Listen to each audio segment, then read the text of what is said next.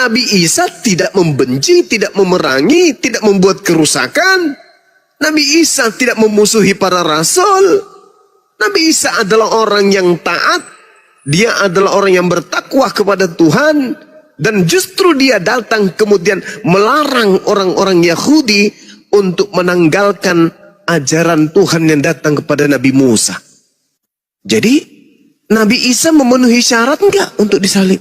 Kagak. Bismillahirrahmanirrahim. Assalamualaikum warahmatullahi wabarakatuh. Salam sejahtera untuk kita semua. Segala puji bagi Allah Subhanahu wa Ta'ala, Tuhan semesta alam. Salawat serta salam selalu dan tetap tercurahkan kepada junjungan kita Nabi besar Muhammad sallallahu alaihi wasallam. Allahumma salli ala sayyidina Muhammad wa ala ali sayyidina Muhammad. Hari ini kita berkumpul bukan untuk saling memenangkan argumen semata, akan tetapi untuk menjalin dialog ilmiah yang penuh hikmah dengan semangat mencari kebenaran, saling memahami dan menghormati keyakinan masing-masing. Tanpa panjang lebar, mari kita simak bersama. Iya, selamat malam Bang Suma. Iya, malam.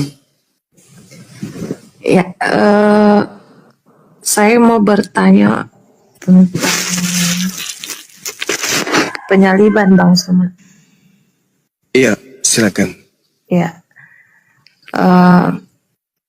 ada 3 pandangan proses penyaliban Isa Al-Masih. Kalau dalam keyakinan saudara-saudara Yahudi, penyaliban Isa Al-Masih itu dilihat salah satu tindakan yang dilakukan karena Isa Al-Masih dilihat sebagai pembawa keonaran pada saat itu dalam konteksnya, karena mereka melihat bahwa Isa Al-Masih datang untuk memberitakan hal-hal yang menentang keagamaan orang-orang Yahudi pada saat itu, sehingga mereka berusaha untuk menyalibkan. Itu yang saya tahu. Terus kalau dalam keyakinan saudara-saudara Kristen, penyaliban Isa Al-Masih itu adalah bagian karya penyelamatan Allah, penebusan dosa. Dan kalau dalam keagamaan Muslim, mudah-mudahan saya tidak salah, penyaliban Isa Al-Masih itu adalah salah satu bentuk Allah mengasihi Isa sendiri, sehingga ada seorang yang diserupakan dengan Isa Al-Masih menggantikan Isa Al-Masih, sehingga belas kasih Allah itu hadir di dalam kehidupan Isa Al-Masih dan dia diangkat secara hidup-hidup. Jadi penyaliban yang terjadi itu dalam konsep Islam adalah orang yang diserupakan, kurang lebih seperti itu. Nah, pertanyaannya ialah, dari ketiga pandangan agama ini tentang penyaliban, Bang Suma, mereka memiliki ayat atau dalil yang menguatkan bahwa ajaran mereka itu benar. Contoh kecil misalnya dalam kekristenan ada ayat-ayat yang menceritakan tentang Yesus itu disalib di kitab Injil. Nah, kalau di Islam sendiri, adakah ayat Al-Quran yang menguraikan bahwa memang Isa Al-Masih itu digantikan oleh orang yang menyerupai dia, sehingga penyaliban itu terjadi? Mendengar penjelasan Bang Suma tadi bahwa apa bedanya Al-Quran dengan hadis, dari pertanyaan saudara yang saya lupa namanya tadi yang turun itu, bahwa hadis itu memperlengkapi Al-Quran, menjelaskan Al-Quran seperti itu. Walaupun kedudukannya ya Al-Quran lebih di atas, tetapi hadis itu memperkuat apa yang ada dalam Al-Quran. Nah, itu pertanyaan saya, Bang Suma, adakah juga dalilnya atau apalah yang memang betul-betul mengatakan bahwa ada yang menggantikan Isa Al-Masih, orang yang menyerupai? Dia orang yang diserupakan dengan Isa Al-Masih sehingga dia disalibkan. Itu Bang Suma. Oke, baik.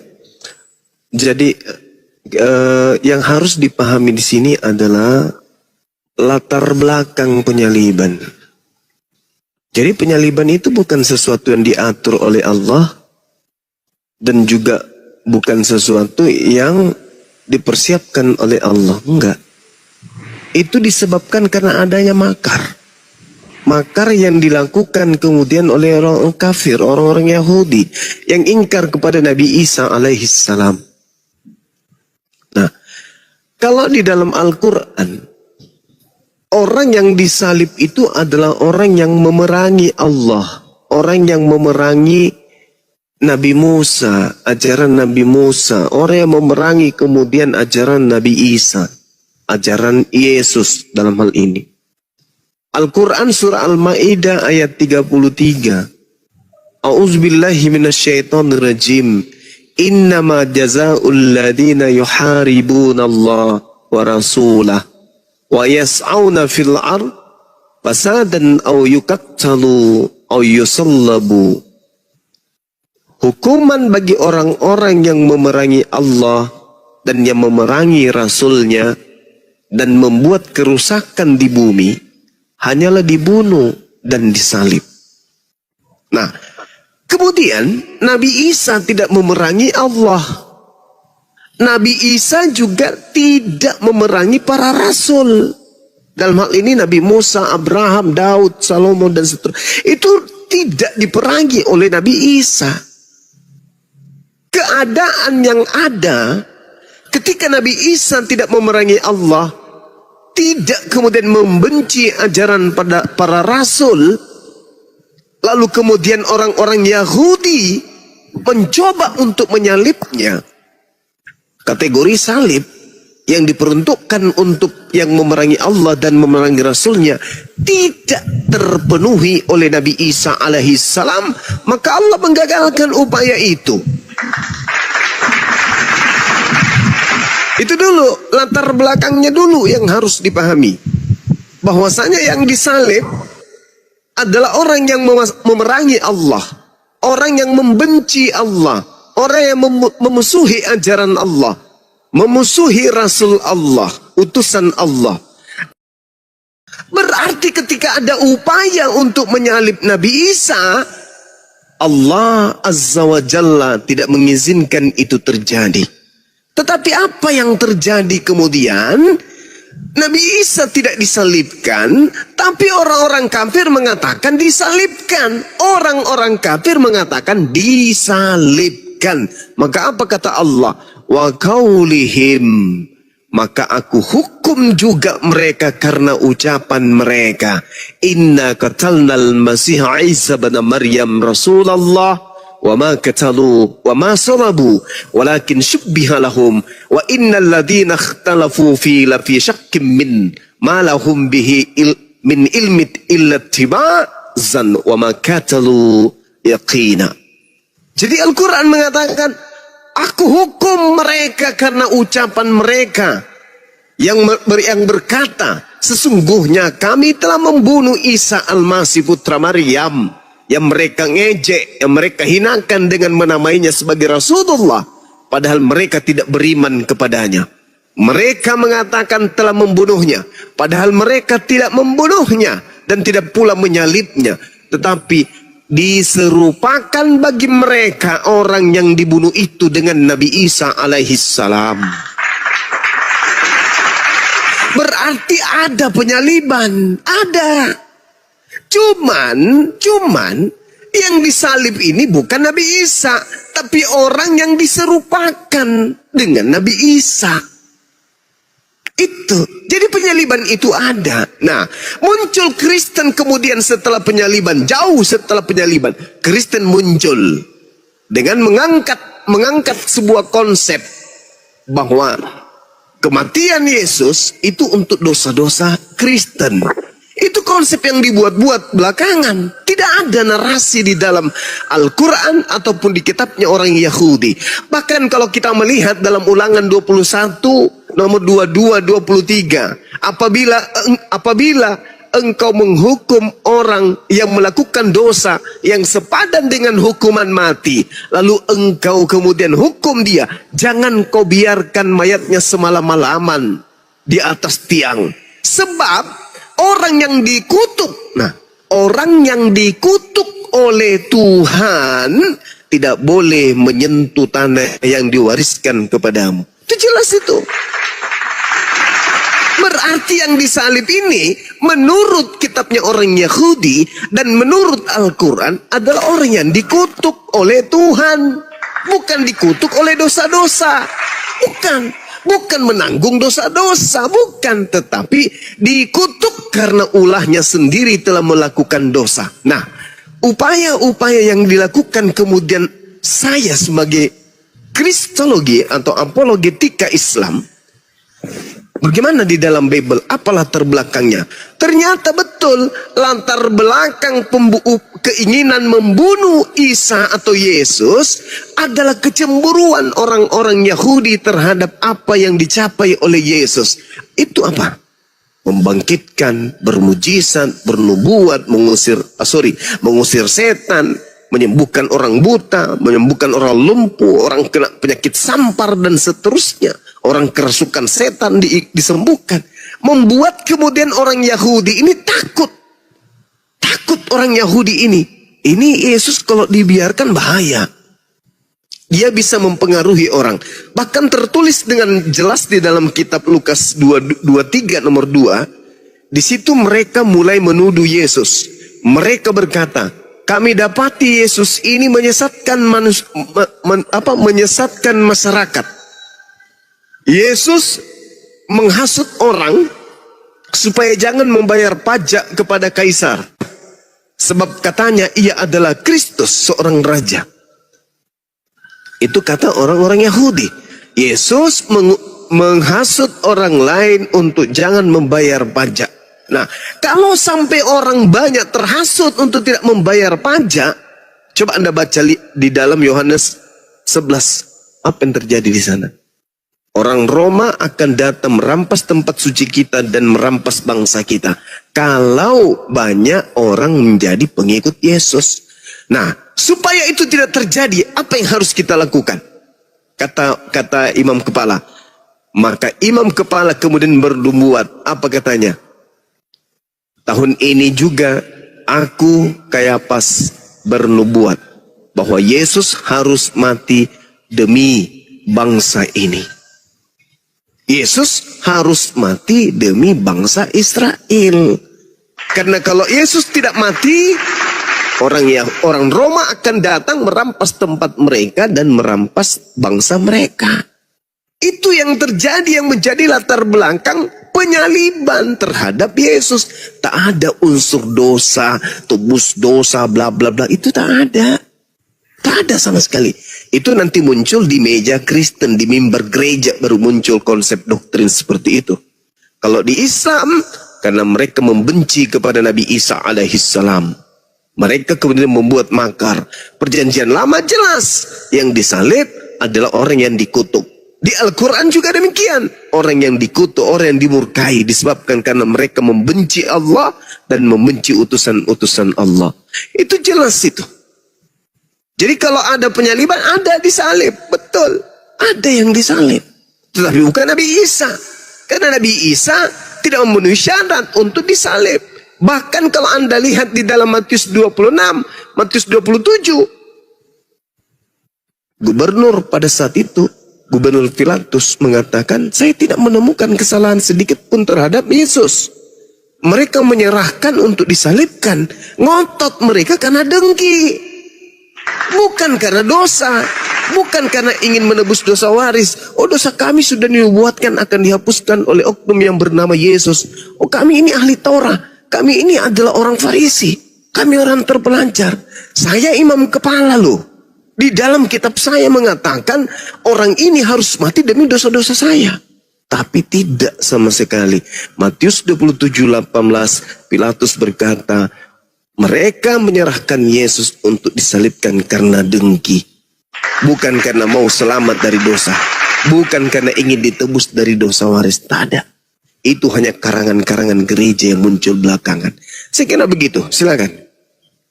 Oke, terima kasih Bang Suma. Sama-sama. Oke, pertanyaan berikutnya Bang Suma. Boleh? Sebelum saya turun. Boleh Bang Suma? Iya, silakan. Iya.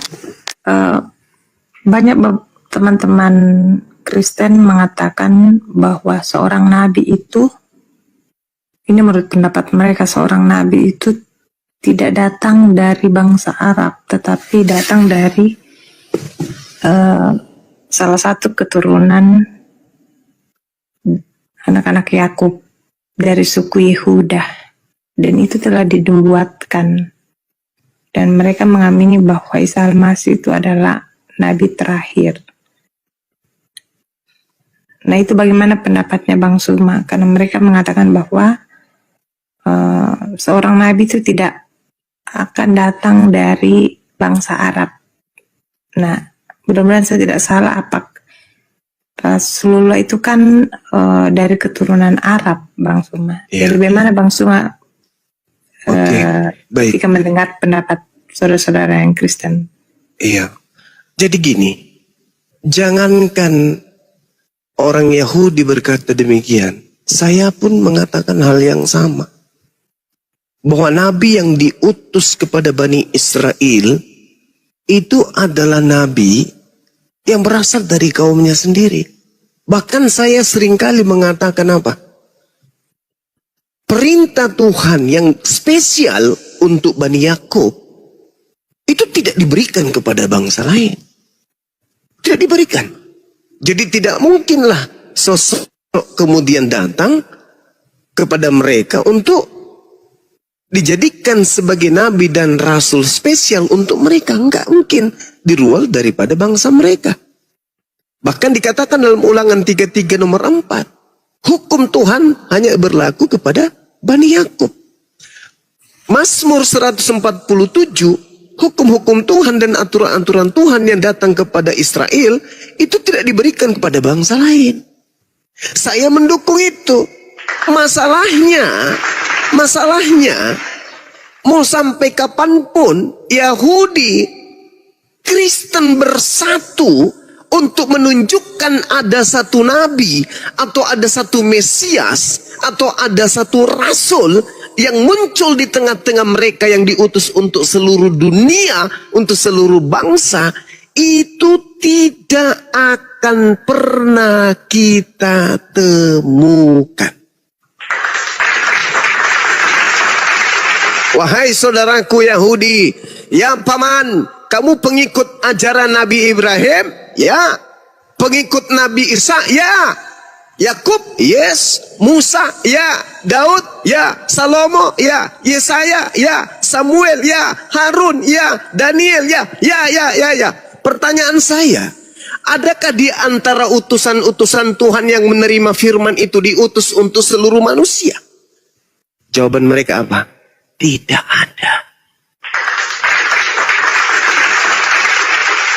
Makanya agama Yahudi itu hanya untuk agama Yahudi, golongan mereka, bukan agama untuk disiarkan ke seluruh bangsa. Enggak. Bukan itu kemudian. Nah, begitu juga Yesus ketika dia datang, aku diutus hanya kepada domba yang sesat dari umat Israel. Matius 15 nomor 24. Nah, iblis apakah akan duduk tenang? Oh, tidak. Iblis apakah tahu akan datang sosok nabi sebagai Rasulullah wa khataman nabiyyin? Tahu iblis itu. Lalu iblis ini apakah tidak membuat pasukan, tidak membuat kerajaan, tidak membuat tahta di atas muka bumi ini untuk melawan sang rasul penutup, sang nabi penutup untuk melawannya? Oh, pasti. Iblisnya pasti membuat tahta yang sangat kuat untuk melawan akan datangnya sang penutup para nabi. Maka dibentuklah dinul Kristen. Sederhana untuk memahami itu. Ketika kita tanya, Kristen memiliki konsep 3 dalam 1, 1 dalam 3. Tuhan jadi manusia, manusia jadi Tuhan, dan seterusnya. Konsep ini apakah dihasilkan dari Nabi Yahudi? Tidak. Bahkan sekedar untuk berasal dari Yesus pun kagak. Yesus mengajarkan ibadah minggu? Tidak. Yesus mengajarkan beribadah dan mengibadahi dan mentuhankan dirinya? Tidak. Yesus mengajarkan makan babi? Tidak. Yesus mengajarkan merombah hukum Taurat? Tidak. Yesus mengajarkan merasulkan Paulus? Tidak. Yesus mengajarkan mengkitabkan perjanjian baru? Kagak. Yesus mengajarkan kemudian tidak disunat? Tidak. Lalu dari mana konsep-konsep kaidah kerangka keagamaan Kristen ini berasal? Dari sang dia yang ingin bertahta di atas muka bumi untuk mempersiapkan senjata-senjata pasukan-pasukannya melawan dinul Islam. Kenapa demikian? Karena baginda Rasul Muhammad sallallahu alaihi wasallam sudah diterangkan di dalam kitabnya orang Yahudi, Kejadian 49 nomor 10.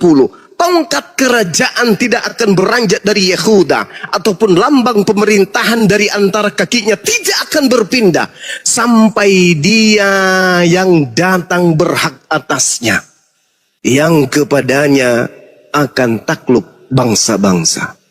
Siapa itu? Bagaimana mungkin Yahudi bisa menaklukkan bangsa lain, sedangkan ajaran Yahudi bukan diperuntukkan untuk bangsa lain? Yesaya 31 sampai 36. Aku akan mengadakan perjanjian baru dengan Bani Israel dan Bani Yehuda, yaitu aku akan memasukkan hukum Taurat ke dalam batin setiap Bani Israel.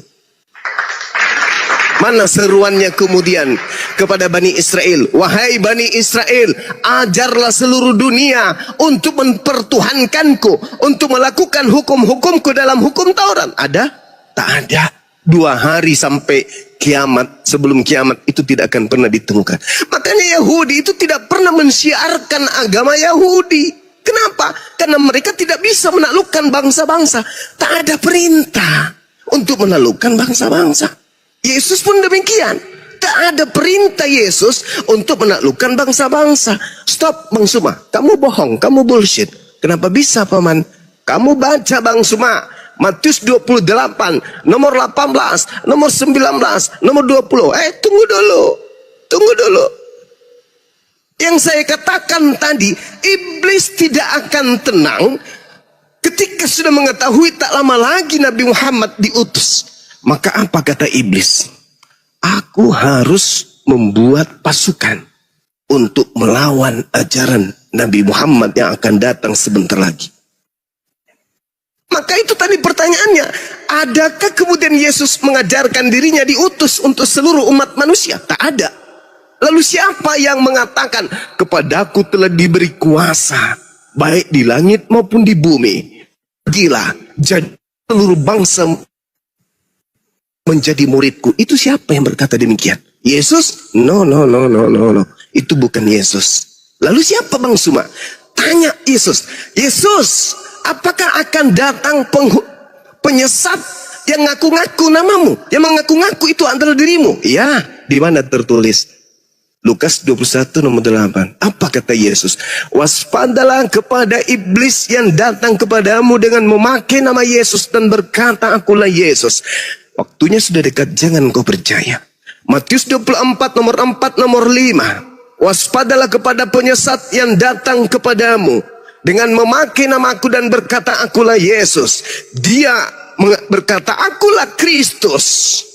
Dan dia akan menyesatkan banyak orang. Mana banyak orang yang disesatkan itu? Islam gak mungkin. Nabi Muhammad tidak pernah bertemu dengan oknum yang mengaku, akulah Yesus, wahai Nabi Muhammad. Pergilah ke seluruh bangsa, wahai Nabi Muhammad. Jadikanlah seluruh bangsa menjadi pengikut, wahai Nabi Muhammad. Tidak pernah ada Kristus atau Yesus datang mengaku demikian kepada Nabi Muhammad. Sehingga kelompok Islam yang banyak ini tidak boleh dikategorikan sebagai orang banyak yang telah disesatkan. Gak boleh. Bagaimana dengan Kristen? Mohon maaf. Ada makhluk yang datang kepada Paulus. Akulah Yesus yang kau aniaya.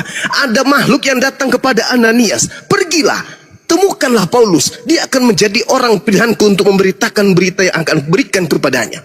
Lalu dia datang pula kepada penulis di kitab di Pulau Wahyu, di Pulau Patmos, di kitab Wahyu.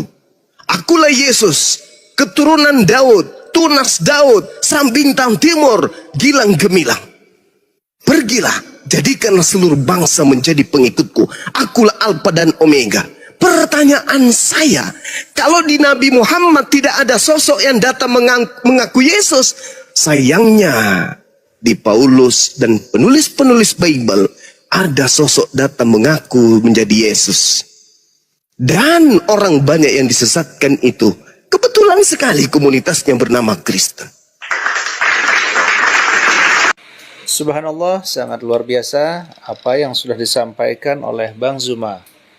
Sahabat semua yang saya cintai, tetaplah di channel ini, jangan beranjak dulu, karena masih banyak lagi hal-hal menarik yang akan disampaikan oleh Bang Zuma. Maka dari itu, tetaplah di channel ini, dan mari kita lanjutkan kembali. Selamat mendengarkan. Saya mau menolak ini, tapi tidak bisa, karena Bible yang menyatakan. Bible yang mengatakan. Saya tidak ingin mengatakan bahwa iblis datang mengaku Yesus itu ada pada saudara saya Kristen. Saya tidak ingin mengatakan itu. Tetapi Al-Quran saya menceritakan tentang tipikal orang-orang kafir. Pas dengan keadaan hari ini. Dan lagi-lagi Bible pun menerangkan ciri-ciri daripada Yesus palsu itu terpenuhi oleh dia yang telah mendirikan agama Kristen. Dan iblis ingin supaya manusia itu tidak punya aturan sama sekali. Apa bukti konkretnya? Ketika Adam dicipta, hanya ada satu perintah dari Allah. Jangan kau makan buah ilmu pengetahuan. Satu perintah ini pun digugurkan oleh iblis. Dengan kata lain, iblis menginginkan kebebasan terhadap manusia agar manusia itu tidak terikat oleh hukum-hukum Tuhan. Bebas, bas ayatnya binatang. Begitu kemudian Yesus datang, Nabi Musa datang. Ini enggak boleh, ini enggak boleh, ini haram, itu haram, ini enggak boleh kau lakukan, ini perlu untuk kau tinggalkan. Iblisnya mengatakan apa? Segala sesuatunya halal bagiku. Tidak ada yang haram, yang masuk ke mulut tidak ada yang haram, yang keluar di jamban itulah yang menajiskan. Na'udzubillah summa na'udzubillah. Siapakah beliau ini yang telah mengajarkan satu konsep? Nah ini kembali kepada pesan Yesus.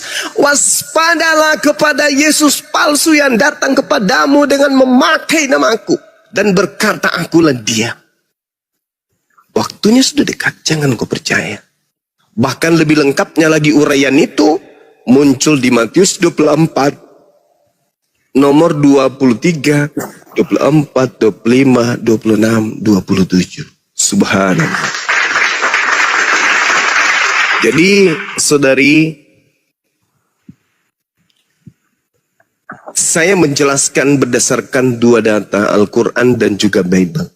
Tinggal saudari renungkan di mana Yesus pernah mengaku datang kepada seseorang dan seseorang itu banyak memiliki pengikut.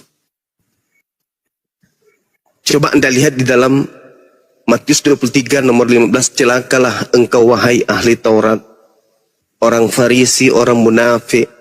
Engkau menjelajahi daratan, kemudian menyeberangi lautan, mentobatkan orang. Setelah dia bertobat, kau jadikan dia orang neraka, dan 2 kali lebih jahat daripada engkau sendiri.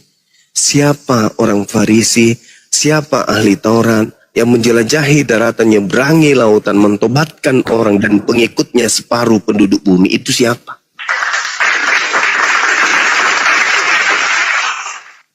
Karena penyesat ini mengaku bertemu Yesus. Jadi apabila ada orang berkata ada Yesus di sini, ada Yesus di sana, jangan kau percaya. Camkanlah, aku sudah mengatakannya terlebih dahulu. Apabila ada orang berkata ada Yesus di padang gurun, ada Yesus dalam bilik, jangan kamu percaya. Sebab sama seperti sinar yang bersinar memancar dari timur sampai ke barat, demikian jugalah kelak kedatanganku sebagai anak manusia di akhir zaman.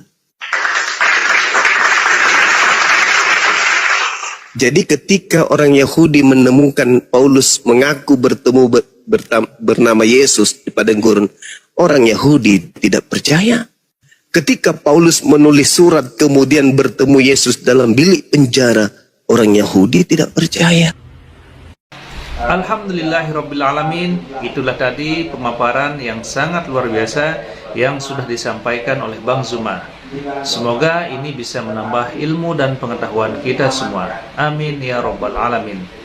Sahabat semua yang saya cintai, terima kasih banyak sudah menyimak diskusi ini sampai selesai. Saya doakan semoga Allah Subhanahu wa taala senantiasa selalu melimpahkan rahmat dan karunia-Nya kepada sahabat semua. Selalu diberikan kesehatan, dimudahkan segala urusannya, dan dilancarkan rezekinya. Amin ya rabbal alamin. Demikian yang dapat saya bagikan. Kurang lebihnya mohon maaf. Sampai bertemu lagi di diskusi berikutnya. Wabillahi taufik wal hidayah wa ridha wal inayah. Wassalamualaikum warahmatullahi wabarakatuh.